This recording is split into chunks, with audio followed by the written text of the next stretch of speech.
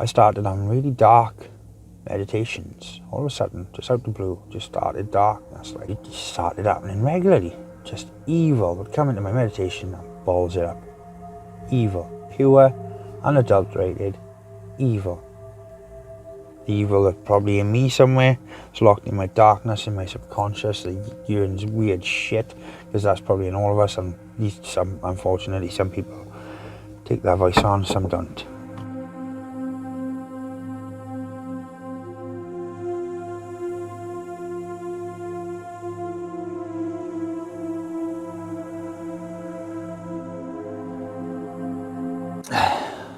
No para peeps, as I was saying.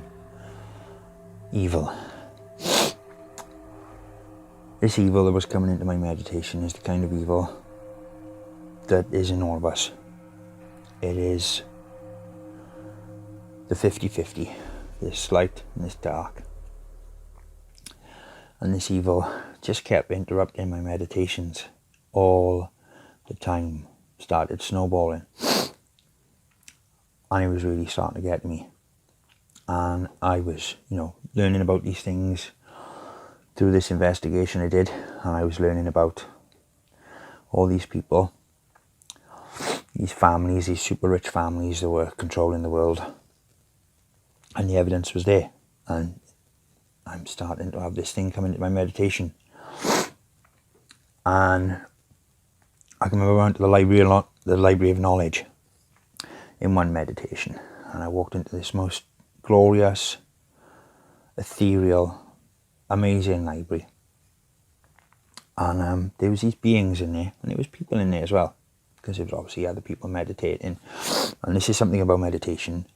You can have shared meditations where you come back and you have the same story. And I'll go into that in a bit.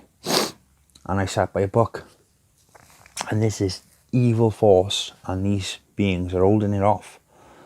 And they placed a book before me, right in front of me on this table. And it said something, I think it was the Bible. And when I opened it, it was empty. Now I'm sitting there thinking, I'm looking at this being, and I'm looking at this book, and I'm like, why is this empty? And he said, well, this being said, we haven't written it yet. It's not written. It's whatever you make it. And I was like, right, that's quite deep, like. I'll take that on board. What's this evil about? And they were saying, that's the evil that you will deal with, Rich.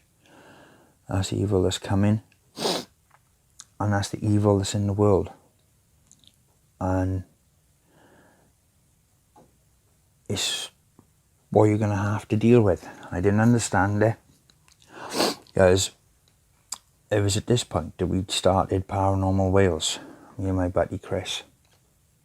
We were talking about it, we were putting it in the pipeline, because I wanted to know more. I wanted to know the answers I wasn't getting from the church, and I wasn't getting from anyone else. And at the time, this is back in the day, and I wasn't getting it from anywhere. And there was a show called Most Haunted out, and I wasn't really, it was trying to investigate the paranormal, but I'd experienced the paranormal in bounds like you can't believe. And I can remember the first time I ever witnessed an apport, and I'll go back to when I was a kid, when I was in the house and I was suffering with this stuff because I'd left my house, and then I'd gone up my nan's and it started up here and I'd gone back. And I used to like doing kung fu and stuff. And my father at the time used to make crackers, and he used to have these cardboard tubes, and it was super thick, solid, like 3 foot length cardboard tubes. And I waited for him to finish it, because I just like practicing. I wanted like 2 of them. And I come back into the kitchen, and my mum's by the side doing, and my father's out the back, and I'm sat by the table, and there was this sound. And I've seen probably about 4 times in my life an apport, and basically that is where an object materialises out of thin air. And you go and check this out. There's a very famous story from Cardiff. It's called Pete the Poltergeist. And the doctor or the scientist that documented it recorded apports. And this cardboard tube made a sound, and there was a little flash of light, because obviously this thing is appearing in space at the speed of light. And he went, dip. And it's that sound, it's really distinctive. And this cardboard tube came from the ceiling and fell and just rolled around on the kitchen floor. I can remember my father saying, you can explain that. Anyway, jump back. So I was there meditating this one night, and I was sitting in my garden, and I'd gone to my fountain, took a drink from the water of life, and I'm sitting in my oak tree waiting for spirit to come in, someone I know, someone I love. And this neg thing just came in and had a right go. And at the time, I was, as I said in the last videos, I was using a pendulum. And the first being I come in contact with using my pendulum, there's a spirit called Jen. And she said she was an angel. And she wasn't a guide, because for some reason they said I didn't have a guide. I wasn't supposed to have a guide. And maybe that was because I had to figure it out for myself. I don't know. At the time I asked my teacher Gwen, and she said, well, maybe because you know Rich, because you keep coming back with these things, and I don't know how you know them. If you never learned them, I said, I don't know, there's no spirit to tell me. So this thing came in, and it was as demon-y as you could get.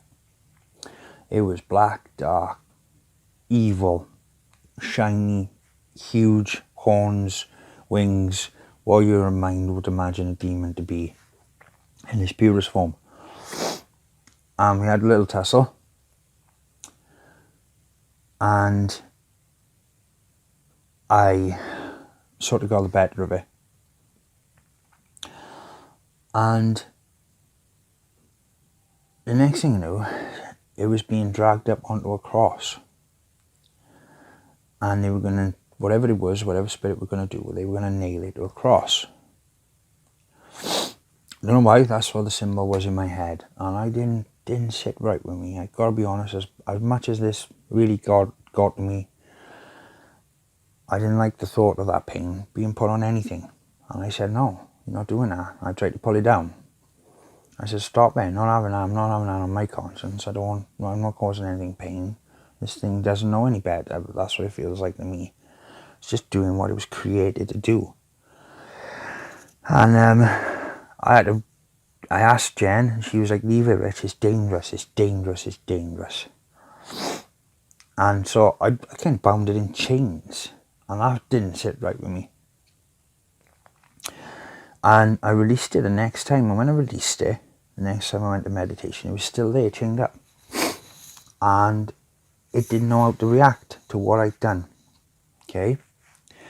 It didn't know. All this thing knew was pain and hate. I didn't know how to react because I tried my best with all my might to show it kindness and love. And I didn't understand at the time what that meant. I just knew that's how I felt and I had to act on it. So anyway, kept trying to meditate, and this stuff kept happening. This evil kept coming in. And I'm still learning about the world through this investigation, and things are starting to change in me. And I'm enjoying meditation, and I'm learning about myself. I'm looking inwardly, looking at what I am, what makes me me, and where my place is in the world. And anyway, it went on, and I kept going through these wormholes and the different worlds. And I had an experience where I went to this place, and there was this being there, and it was in a jade palace, and there was these big knights, these like Chinese knights and that, and there was this big like deity sitting on a throne, and he had 6 eyes. And I stood next to him, and I was like, okay, because Jen said, you've got to go and talk to this being. And I was talking, and I said, okay, what do you want to talk about? And he said, I want to offer you psychic powers, like the psychic powers, like beyond measure psychic powers.